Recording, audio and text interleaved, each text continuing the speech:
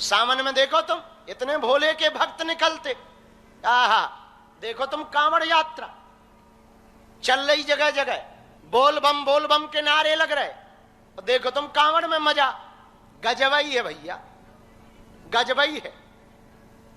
एक मौलाना रिजवी वो कह रहा था कि बताओ कांवड़िया आतंकवादी होते हैं, ठटरी के बरे, नक्कटा, मूसर चंदा, तुम्हें आतंकवादी लग गए।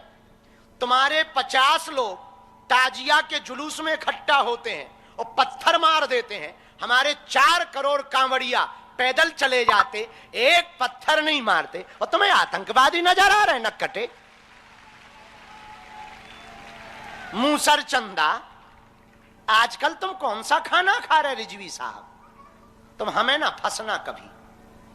बताओ, वो कह रहे कांवड़िया, अरे होंगे 2-4 लोग, उन्होंने कोई गड़बड़ कर दी होगी, हाँ कुछ ऐसे भी जाते हैं, पर वो कांवड़िया नहीं है जो पत्थर फेंके, वो कांवड़िया नहीं होंगे जिन्होंने बस पर पत्थर फेंके हो या बैन पर पत्थर फेंके हो या ट्रक को लूटा हो, वो कांवड़िया नहीं थे, वो काल नेमी थे। पर सब कांवड़िया एक जैसे नहीं होते रिजवी साहब, और सबको तुम आतंकवादी ना कहना, वरना इतना छीला जाएगा तुम्हें, इतना छीला जाएगा कि आगे से बयान देने के पहले तुम 100 बार सोचोगे। हाँ, तो वो कह रहे कि बताओ कांवड़िया, अभी भोले बाबा का दिन चल रहे, गांव गांव में जो शंकर जी की हालत है वो तो बड़ी मजेदार है। कोई धतूरा चढ़ा रहा, कोई बेल पत्तों की पूरी डाली चढ़ा आया, कोई दूबा का खेत ही चढ़ा आया। अरे अद्भुत है भैया, भोले बाबा जितना संभाल लेते हैं कोई नहीं संभाल सकता। और हमारे गांव में तो जो बागेश्वर महादेव हैं, अभी कुछ दिनों से हमने दरवाजा लगाया, नहीं तो इनकी भी हालत खराब थी। हमारे गांव की माताएं शक्कर के दाने जब तक ऊपर चढ़ा ना दे तब तक उन्हें संतुष्टि नहीं होती थी कि पूजा हो गई।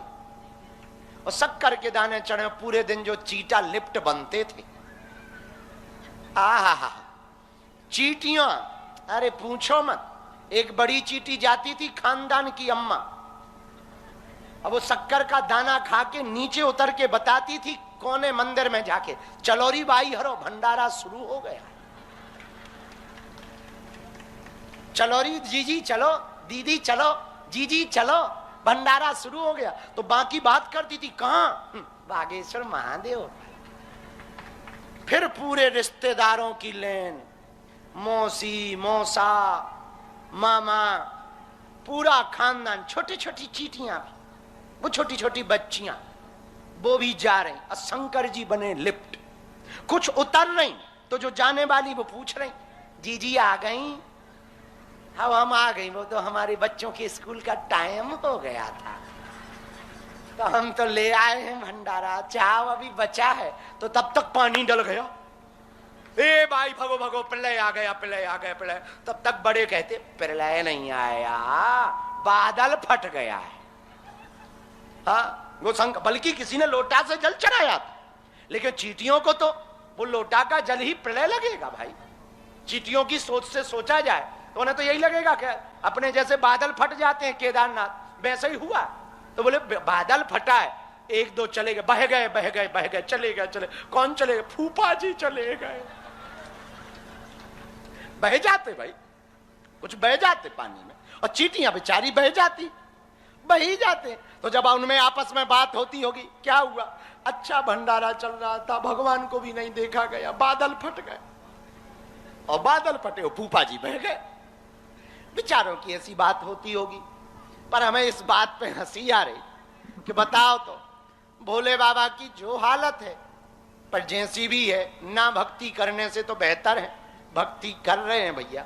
भगवान की बड़ी कृपा है कि आप लोग बड़ी दया करके इतने धैर्य के साथ बैठे हो, बड़ी कृपा है। इतना हम कह सकते, आपकी अर्जी लग चुकी है।